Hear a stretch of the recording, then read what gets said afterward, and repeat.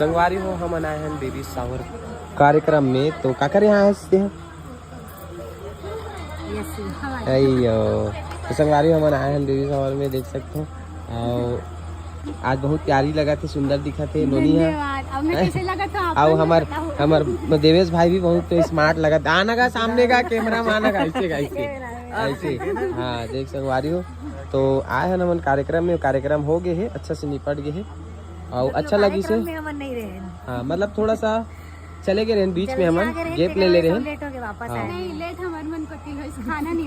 नहीं खाना नहीं, और भी बहुत सारा तैयारी नहीं हो रही संगवारी हो, मेहमान मन नहीं आ रही से एक वजह से ना हम है ना थोड़ा देर बीच में गैप ले ले रहे हैं, ओकर बाद फिर आए हैं गैप ले रहे हैं। हाँ कोई बात नहीं बहुत बढ़िया लगी। धन्यवाद भाई, आप मन भी हमारा बुलाए, अपन खुशी में शामिल करे ते कर लिए। आप मन अपन खुशी कार्यक्रम में कम से कम हमला याद तो करे हो। बिल्कुल बिल्कुल, बस जब जब आप मन पूछू हमन जरूर आवो, ऐसे बात नहीं है।